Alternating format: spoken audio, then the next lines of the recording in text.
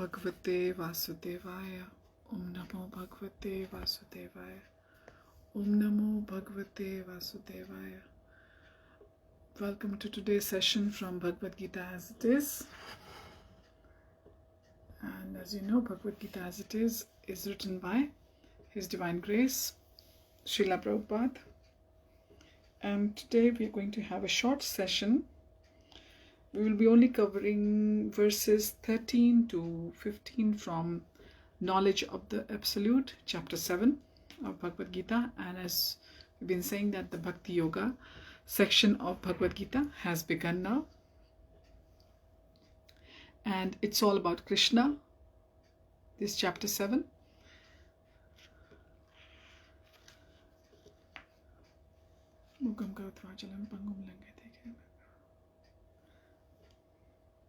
So our praise to the previous acharyas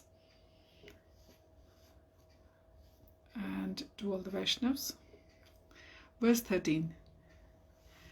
Tribhir gunmair bhavairebhi sarvamidam jagat mohitam nabhi janati mamibhya paramavyayam. Deluded by the three modes of goodness, passion and ignorance, the whole world does not know me who am above the modes and inexhaustible. Verse 14. Devi hayasha gunmai mama maya duratayaya mame vye prapadyante maya metam tarantite. The divine energy of mind consisting of the three modes of material nature is difficult to overcome, but those who have surrendered unto me can easily cross beyond it. Verse 15. Namam dushkritino mudha prapadyante naradhamaha mayayaya parit jnana asuram bhavam mashritaha.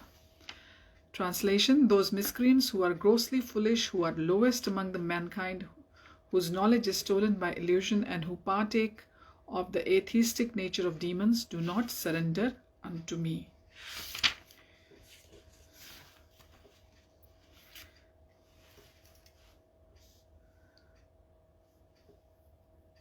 So, from verses 13 to 25 of chapter 7, it's all about surrender to Krishna. Krishna will be telling Arjun all about it.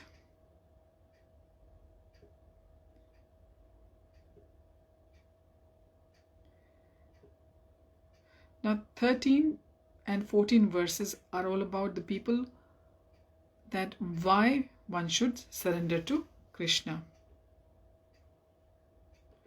So the three modes of nature, that is goodness, passion and ignorance, they prevent the people from understanding Krishna, from understanding the Supreme. Lord is above these three modes, and these three modes are actually the energies of the Lord. They are but coming into contact with them, a person gets deluded. They cannot understand anything properly. So because of the influence of these three modes of nature, every entity has got the influence of these. Because of these energies, they have got a particular type of body and a particular type of psychological and biological activities are also dictated by these modes of material nature. So hence there are the four classes of men are functioning with the three modes of material nature everywhere. So this is the three modes of nature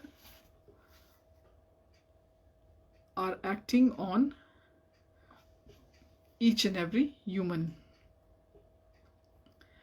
The people in the mode of goodness, we know, are the Brahmanas. The ones in the mode of passion are called Kshatriyas, and those in the modes of both passion and ignorance are called the Vaishyas, and the ones who are in complete ignorance are called the Shudras, or the service class. But as Prabhupada reminds us that in this day and age, everyone is a Shudra. And people who are even below the ignorance, they are animals or in the animal life. But all these designations, Prabhupada reminds us, they are not permanent. They change, and even in one lifetime, one can transcend from one mode to the another. So whichever mode you behave in most of the time, that becomes your prominent mode.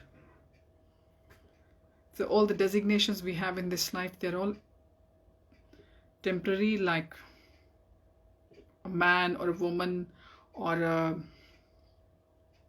for example, somebody says they are Hindu, some are Christians, some are Indians, some are Americans, some are Canadians, some are Australian. So these are all temporary designations. They're only with a person till they are on the platform of the earth.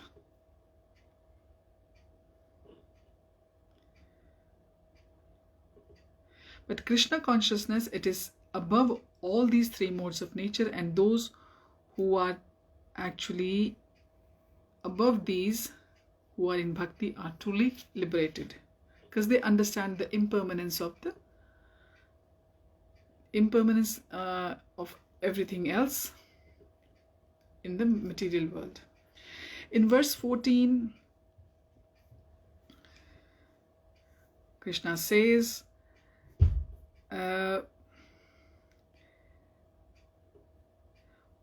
the covering is also under Krishna's control. The covering which prevents us to understand us, the Maya is also under Krishna's control.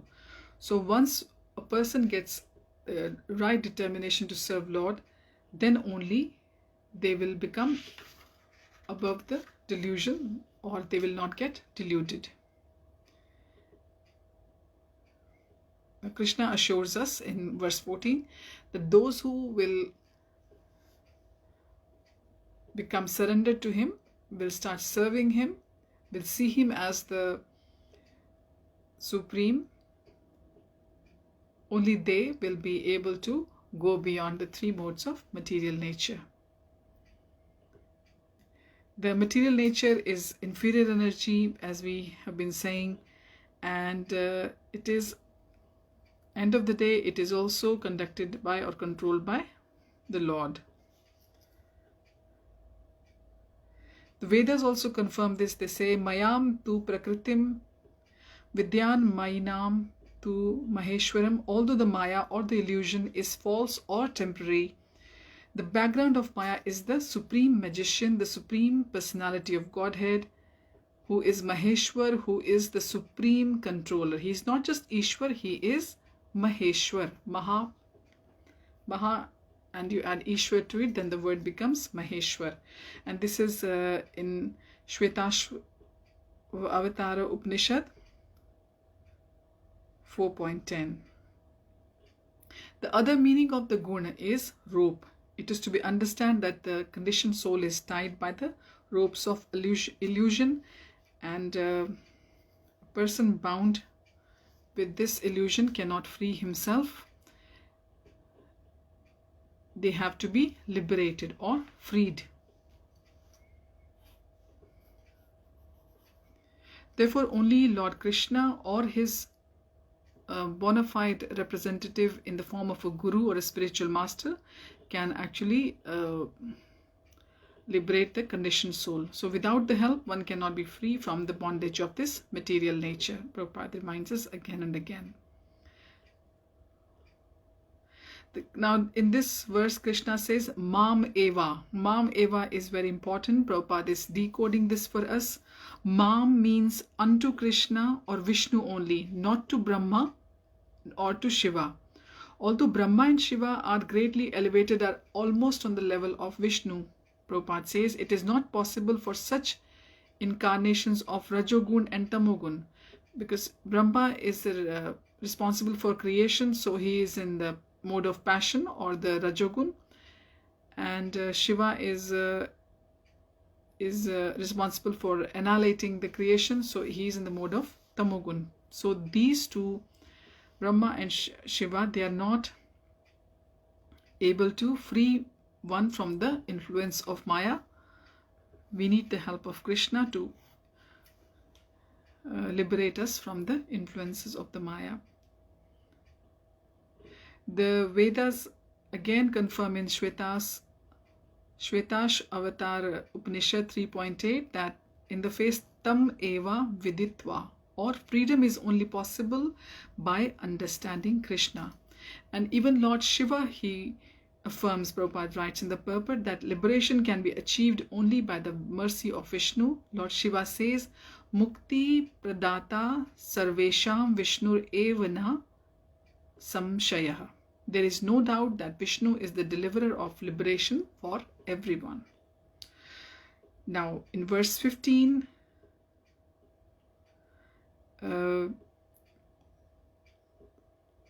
what makes us humans is our spiritual potential. We have got the intelligence and we have got the capacity,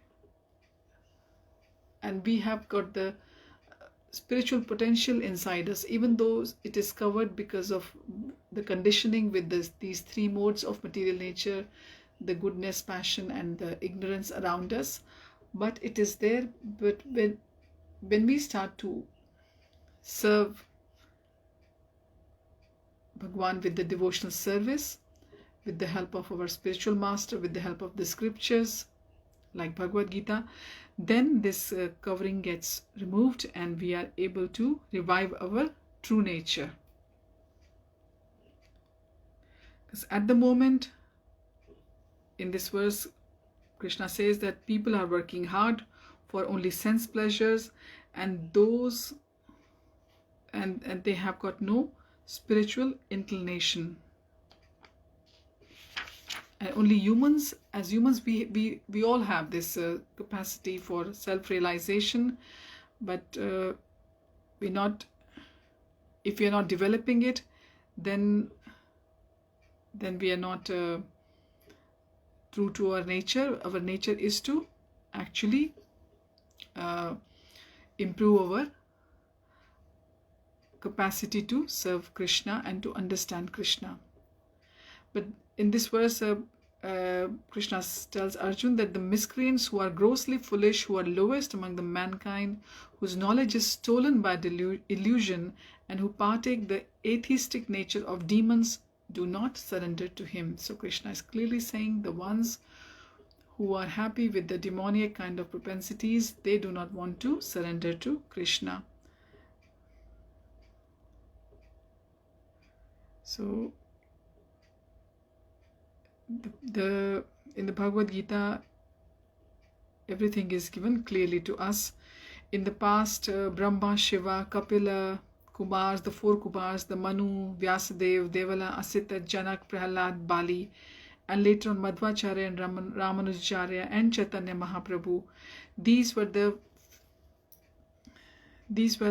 and many others surrendered to the lotus of Supreme Person or the all-powerful, and we've had many faithful philosophers, politicians, educators, scientists as well. Prabhupada tells in the purpose that who surrendered to the all-powerful authority of Supreme Lord.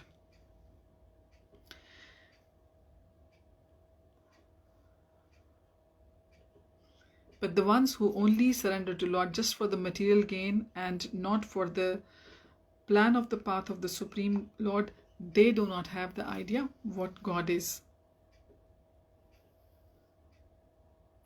The atheistic people have been described in this verse as dushkritina, or the miscreants. Kriti means one who has performed meritorious work.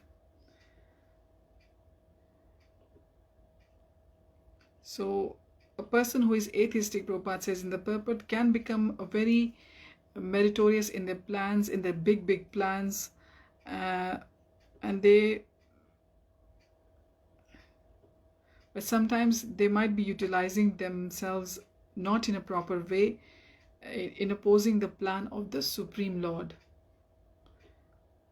So the atheistic plan maker is called the dushkriti, which indicates that his intelligence and efforts are misdirected. They are not according to the plan of the Almighty. So we have read up to now, and Krishna tells us again and again that the material energy works under the direction of Supreme Lord. It has got no other independent authority.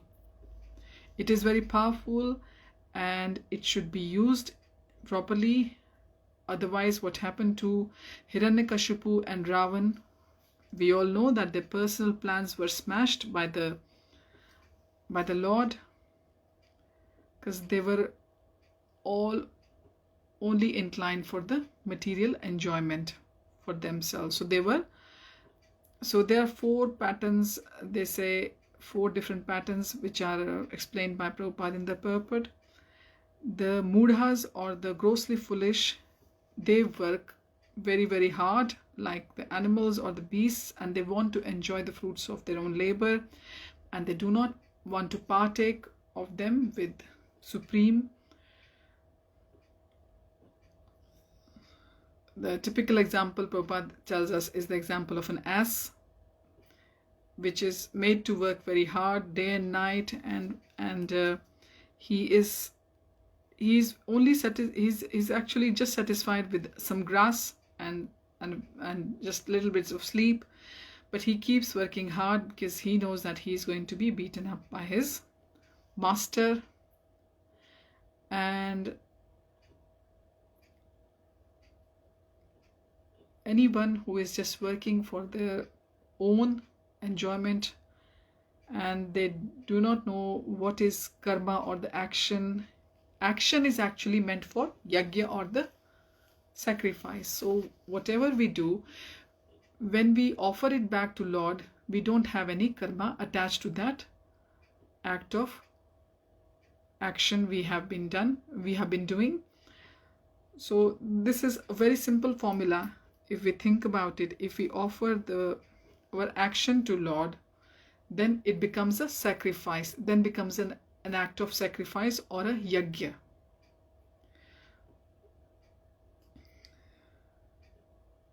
So working too hard just to create some temporary wealth, and losing your sleep and losing your health and losing your all hours of the day just for work is not going to give us happiness in life, because end of the day our needs are not that many.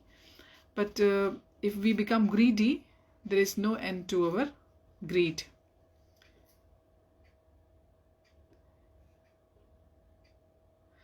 And similarly, the other class of dushkriti or the miscreants are called the naradhams, or the ones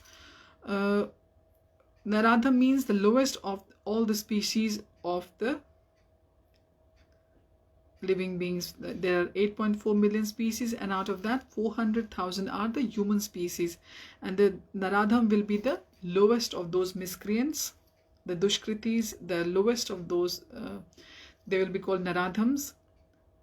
This class of dushkriti are the ones who are socially and politically developed but who have no religious principles, and they don't even try to revive their lost consciousness of the eternal relationship with the Supreme Lord.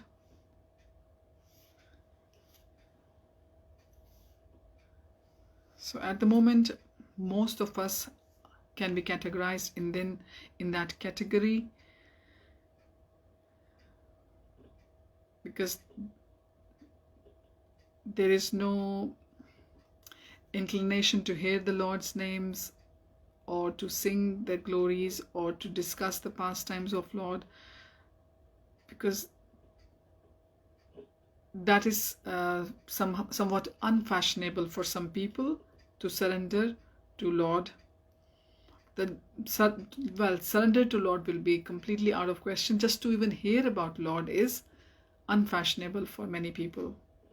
Now the third class of the dushkriti is called the Maya Parita Jnana, or those persons whose knowledge has been nullified or cancelled by the illusory material energies, like the great philosophers, the poets, scientists, literati, etc.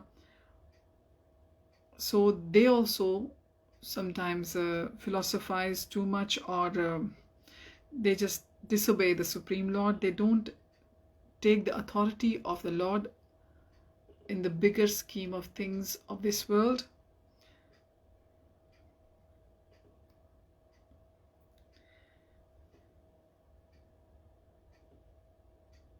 So such class of people, they deride the personality of Supreme Lord and consider him merely another human being.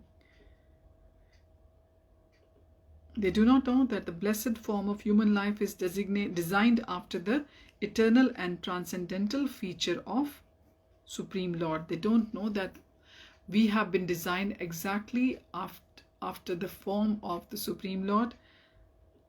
They do not want to consider Lord as the Supreme.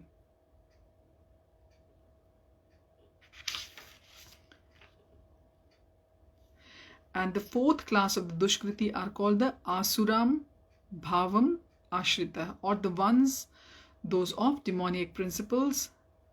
This class is completely atheistic. They don't believe in authority of the Lord at all. They argue that the Lord can never descend upon the material world, and they are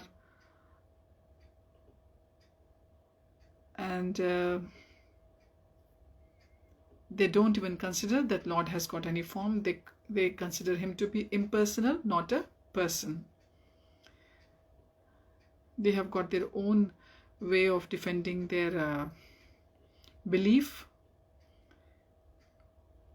So therefore, grossly foolish persons, the lowest of the mankind, the deluded speculators, and the professed atheists, as have been mentioned in the purport by Srila Prabhupada of verse 15, will never surrender to the lotus feet of the personality of Godhead, despite of all the scriptural and authoritative advice coming from Krishna down in the disciplic succession to the present day bona fide spiritual masters. So we will continue from verse 16 in our next session. Thank you for joining, and I wish you all a very happy Rama Ekadashi today, and a very happy Damodar month as well. Thank you for joining. Hari Om Tat Sat. Hare Krishna.